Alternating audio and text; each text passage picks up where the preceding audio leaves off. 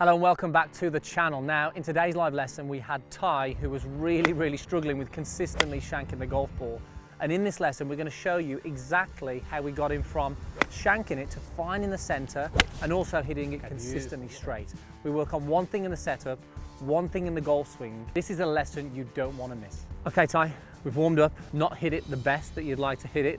A lot of shots coming off the hosel and just shooting that right. But the swing isn't actually that bad. I just want to go through how we're going to approach today's lesson. So the first thing we're going to do is the most important thing today. We need to get you striking it more center. I want to go through a short-term fix first of all, and then I want to show you really how we're going to fix it long-term, how we can make the changes so when you're on the range at your own, it's not just a band-aid, it's more of this is how I can develop my golf swing to make sure that it's just consistent overall. So when you do hit it at the middle of the face, your bad shot, we know it wants to just curve off the target. Yep. So when we look at that, whenever we see somebody who hooks the golf ball, what tends to happen is we make a compensation by starting to swing aggressively to the right.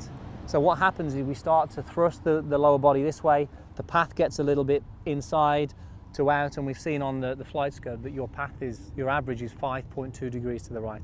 So we've got the club swinging very much in to out, but it's why that's happening. So what I want to do first of all in this first part of the lesson is just take out the left side of the golf course, but I also want to give you a short-term fix to go, how do we get the ball at the center of the face? So the first thing is we're going to change the grip. What we see is the right hand is a little bit on the strong side. If I open the right hand out, there you go, it's very much in the palm. You want to come in close here, Pierce. So if you open the fingers out for me. So it's very much high in the palm. Now this is where I want to see it. Now this isn't going to feel very nice. Just close the hand for me now. Now can you see what does it feel like there?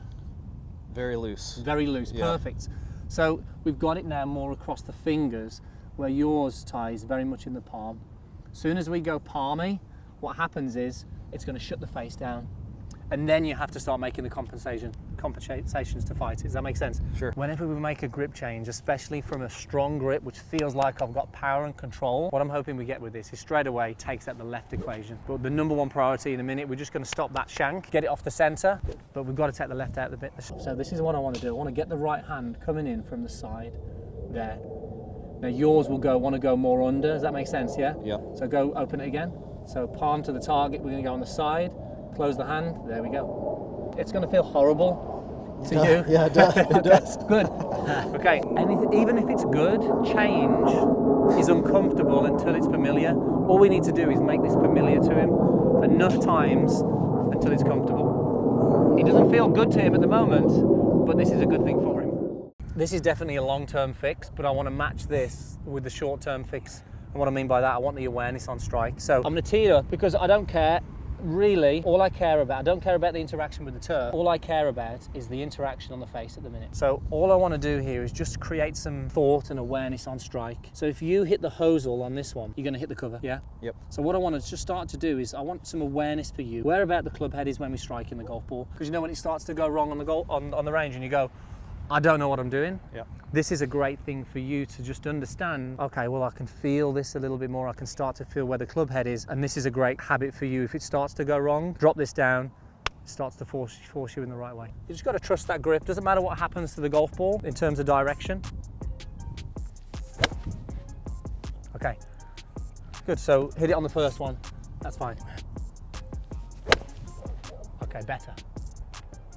Finish right of target, which is where I want to. Yeah, that's the best in what, 30 swings? Okay, a little ground first on that one. But that's okay, missed the cover. Okay, beautiful. Look at that one. Now, height, shape, finished dead on the target. It's more fun. And do you know what? You know what's weird? Even though that feels so weird, you look up and you go, wow, that's. Yeah. Doesn't feel right. It doesn't even feel like I'm swinging the club at this point. Yeah. So now I love the habit that is going into here. Ty's getting the habit now of just going, you know, right hand sort of here rather than underneath. We get so many golfers go this way because they're trying to interlock. Go side on like this and then get it in those fingers. Such an important part. There we go. Now, what do you notice about the ball flight on that one? It actually cut a little. It actually cut a little bit, yeah? Yeah. Which tells us the face now is not shutting down. The more you see the ball do that, the more we can start to get your body moving the right way to change the path. Long term, we can see the benefit. That was really nice. That's fantastic. We did this with one of my lessons recently. Just his attention was on strike and it made a huge difference. Really tuning in to where is the the club striking the golf ball. Okay, so the next thing then, Ty, is that grip is good now. This is really going to bring your attention to strike. The next thing from a long-term perspective is that as we move into the backswing, what we see is that if I've got a vertical line in front of my hands, what we tend to get with you is the hands almost move away from you, the club move behind. So when we're sort of halfway back here, the butt end of the club is pointing in front of the golf ball. Now, where I would like to see it, or what I would like to see difference, is that I would like to see the hands definitely a lot closer on the way back so they don't sort of move away from the body. And then I would like to see the club head setting on a more upright plane. So the butt end of the club would be target line or even inside the target line. If we can get you more on plane and more connected here, it's so much easier to actually find the center of the face. As we swing away, I really want your hands to stay close to the body and the club to start to work this way.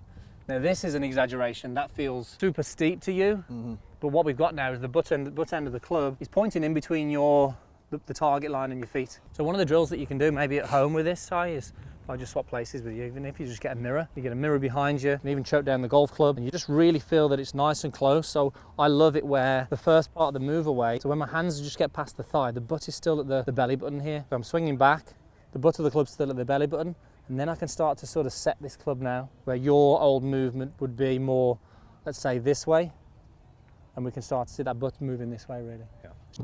There you go, love it. This is a slightly more technical lesson than we would normally do, but Ty's been playing a while, he's a good player. We will only dive into this technical work if it needs to be done, but I think this will make a huge difference to your game. Simple stuff in the setup and grip, attention on the golf ball, a clear focus on the swing to go, what can I do long term that's really going to make a difference when I go to the range? Okay, beautiful. Really, really nice. Great, really good move on that as well. You absolutely nailed that. Look at the, here, just come down. Club path. Come down and have a look at that one. Club path, miles away. Brilliant. Club path 2.8. Whilst I'm just going through this, if you want to have a chance to have a live lesson just like Ty, then you need to be a subscriber of our YouTube channel, so make sure you hit that subscribe. Very nice. Very nice. Straight down the target line on that one. It's in the cover easily now. Yeah, it's just the dirt that's moving the cover now. God, that felt good. Isn't that noise? Isn't that noise? Look at the shape though as well, Ty. There's just no movement on it. It starts right at the target, tiny bit of draw. That felt fantastic. But the noise as well. I mean, it's like, oh, yeah. That didn't sound like it was going to the right. It did not sound bad at all. Beautiful. Let's have a look at the before and after. So we'll see here on screen, Ty. So when we look at the move now, this first move is so good. The hands don't separate from the body. The club head is in line with the hands at waist height.